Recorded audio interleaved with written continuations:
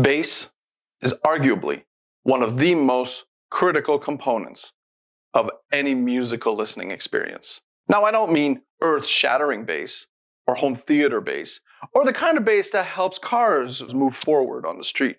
No. I'm talking about refined and quality bass, the kind of bass that is there to make you believe that the instruments you are listening to in your recording are actually there next to you. So today I'm sharing with you guys a playlist that I use to help me tune my system whenever it's time to adjust the bass. Yes, there's a million other tracks out there that can help you do this. So these are tracks that I have come to appreciate over time and that have really helped me fine-tune the bass in my system. Yes, DSPs and testing your room with a mic can help a lot, and you should do so. However, when you're done doing that and you are not happy with what you hear, then this is where a test playlist like this comes in handy. So we're going to go over all these tracks one at a time, and I'm going to highlight why this song is on the playlist, what to expect from this song when your bass is tuned properly, and any notable moments in the song. I listen to track number 10 first, set the bass to what I like, proceed to the track number 9, and so on and so forth. And at each song, I increase the bass output by about 10%, and then try decreasing it by 10%. And by doing this, you see if from one song to the next, if you can maintain a satisfactory level of bass, giving you all the refinement and details and sense of presence of these instruments. As you work down these songs, doing these adjustments from song to song, when you get to the last 2 songs, track number 2 is going to give you a sort of bass barometer. Did you go too high? Is it too much?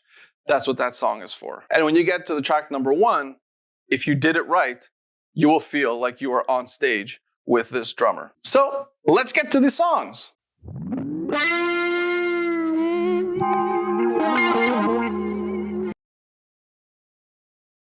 So number 10, Magnetic Noise by Malia, Boris blank.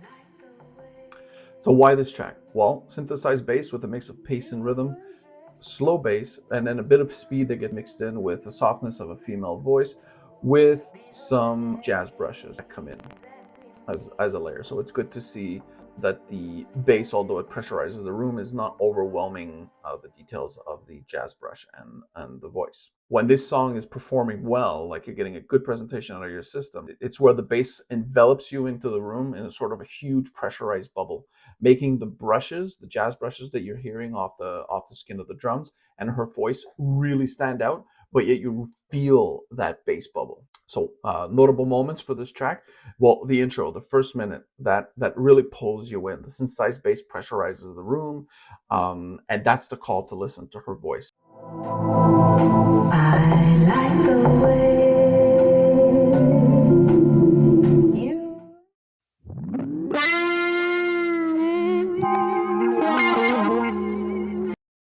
Number 9, by Jorane, Pour Gabriel.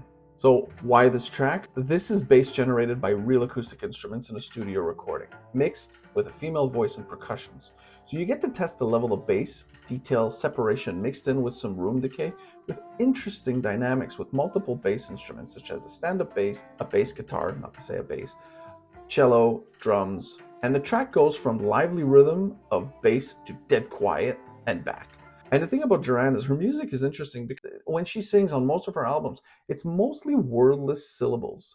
So once you understand and accept that, then her voice just becomes another instrument and there's no words or meaning to the song that can come in and distract you. So a good performance of this track is that things are always going to feel separated and feel like they all can stand on their own because all the instruments feel like they're firmly planted on the floor of your room, making her voice and especially the cello really stand out. So some of the notable moments in this song. So the first minute,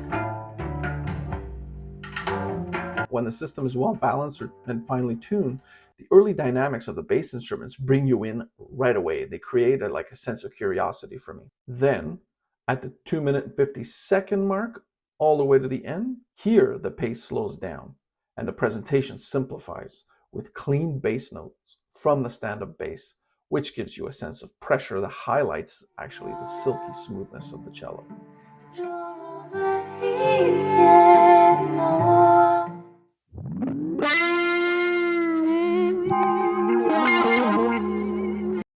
Next up, Pearls by Candace Springs and Avishai Cohen. So why this track? It's based with a sense of reverb and sense of room decay that's created by the drums and the bass guitar in this track. And a good presentation of this track, you can feel the drums in the back and believe that it is a real drum. You can feel the skin, the casing of the drum, and you feel a sense of size, whereas Bad One kind of sounds synthesized. Some of the notable moments actually in this song, while the whole song really is really good, but if you want to see things remain clean, at the 2-minute mark-ish, the trumpet kicks in, which adds an extra layer of complexity for your system. So if your bass is properly tuned, it won't overwhelm or sound muddy, which will simply make the tonality of the trumpet really stand out and feel like it's present in the room, but a little bit recessed in the back.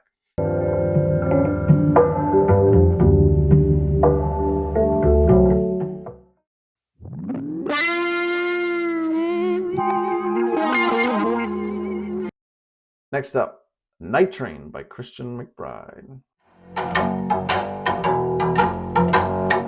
So why this track? Because there's a good focus on the stand-up bass, and that focus really brings out the body of the stand-up bass, but also the feeling of the strings that are on it. It helps me get a feel for the timbre of that instrument through the heavy bass that it generates. So what to look for when this song is really sounding good? When the bass is properly tuned, you're gonna feel that wooden body of that stand-up bass. So you're getting the bass notes, you understand that this is bass coming out of a big wooden cabinet, and you're still getting that shimmer of the strings, and it's easy to focus on those elements. Then it's a sign that your bass is well tuned. In this case, if it is not well tuned, the bass notes are going to hang too long in your room, and what that's going to do is it's going to actually distract you from the feel of that wood casing. It's going to sound fake a little bit, and the shimmering of the strings is actually going to come in as a distraction to feeling the wood of the instrument. Notable moments for this song, the entire song.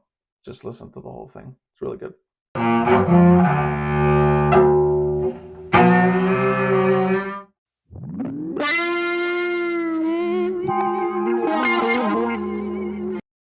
And number 6, we have Differently by Marian Hill. Why this song?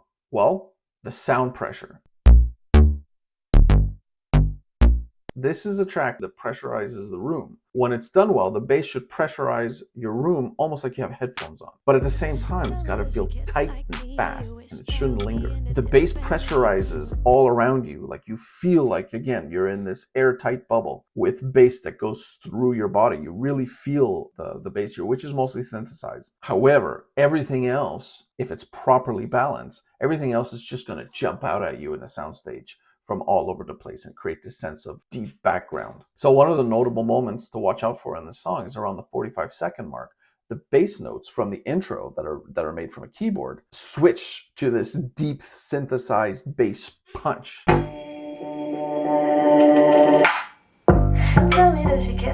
then it goes back to the keyboard notes. So the switch from the keyboard notes to the synthesized bass punch for me is a really good indicator to see if my bass is lacking or if it's overdone.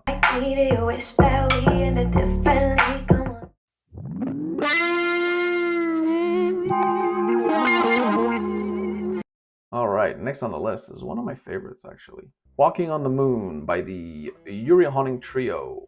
So why this track? Well, it's great because it's all natural instruments. So you get natural instruments, you get the reverb of the room they're in, you feel the spaciousness between the instruments. And what I kind of like about it is that the recording level that feels like the dB is lower than most songs.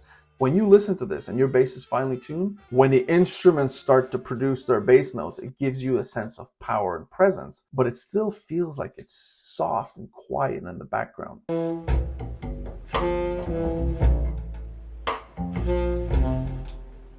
And since this is a very known song from the Police, guys, I just fucking love this track. So a good execution and presentation of this song. You're going to set the volume in the first 5 seconds because, yes, the dB is different than the other songs. And then you're going to forget it and you won't touch the volume after that. You're going to feel the instruments, all 3 of them in front of you, all in their own space. It is gorgeous. But if you find yourself constantly playing with the volume across this track, you might be a redneck. Your bass might be off a little bit. Notable moments for this track? Man, the whole song. Seriously, this one, listen to the whole thing.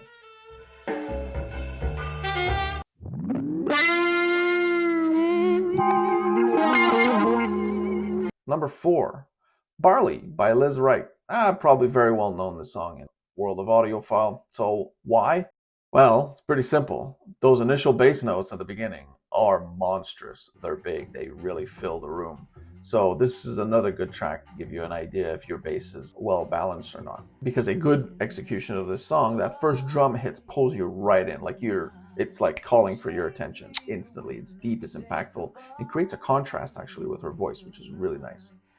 A bad version of this track can go both ways. Either the bass is so overwhelming that everything in your room is rattling and shaking. So a notable moment for this track, around the 30-second mark, so there's two actually. The first one is around the 30-second mark. It almost feels like for a little while there, she sings with her face turned away from the microphone, but then quickly comes back to face the microphone, and you feel like a difference in her voice. It creates a little bit of an adjustment in her pitch. Then a second moment is around the 1 minute mark, where that massive drum from the introduction now starts to be tamed a little bit and becomes more harmonious with the rest of the instruments. That's one of the key moments that helps me understand if my bass is properly tuned, because if that drum from the beginning remains overwhelming, because it is in the introduction, let's be honest, it has a bit of an overwhelming characteristic, but it's supposed to gradually become harmonious and as she starts to sing and other instruments kick in. If that doesn't happen, you might have some tuning to do on the bass.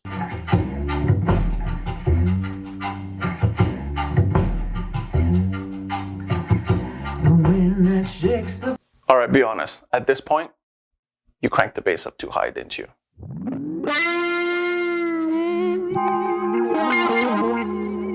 Next up, Hippies on a Corner, Joe Sample. So why this track? It's piano. You don't have a piano track to test your bass, you might be missing out. So you got piano mixed with keyboards, mixed with drums, mixed with percussions, and a stand-up bass as well. So the good part is that a lot of these instruments will generate bass notes, and while they're playing and overlapping each other, being able to focus on every one of them individually, or sitting back and just taking all the instruments at once, usually is a sign that you got your bass properly tuned, because you're able to switch your focus from everything to just one thing at a time, depending on your mood and what you feel like focusing on. Notable moments for this song, I recommend you listen to the whole thing.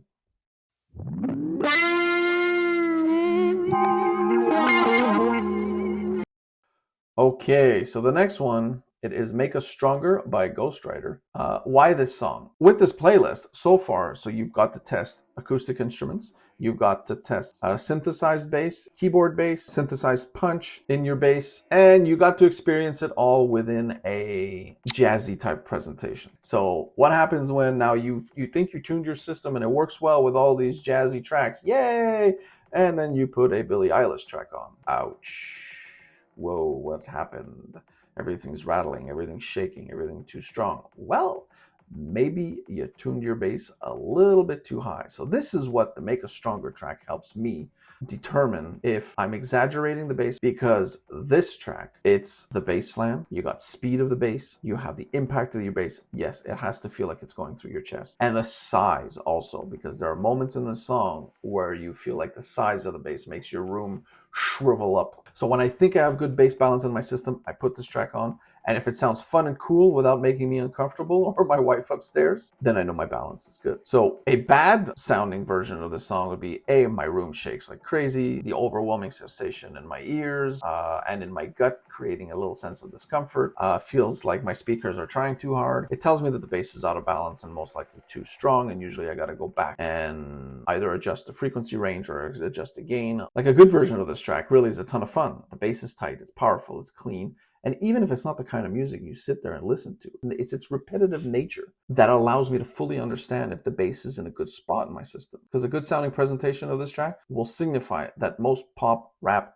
hip hop, reggae will sound good and be fun to listen to in my system. So notable moments for this song, I have two of them. So you have around the 1 minute, 10-second mark. That's when the storm starts. That's when the first set of bass comes in. Then you have around the 2 minute, 45-second mark to about 3 minutes. That's when the room feels like it's going to collapse on you, because you have this sense of like the room is kind of like shriveling and shrinking coming from behind you in the soundstage, moving all the way to the front with a glorious gut sensation of the walls closing in on you.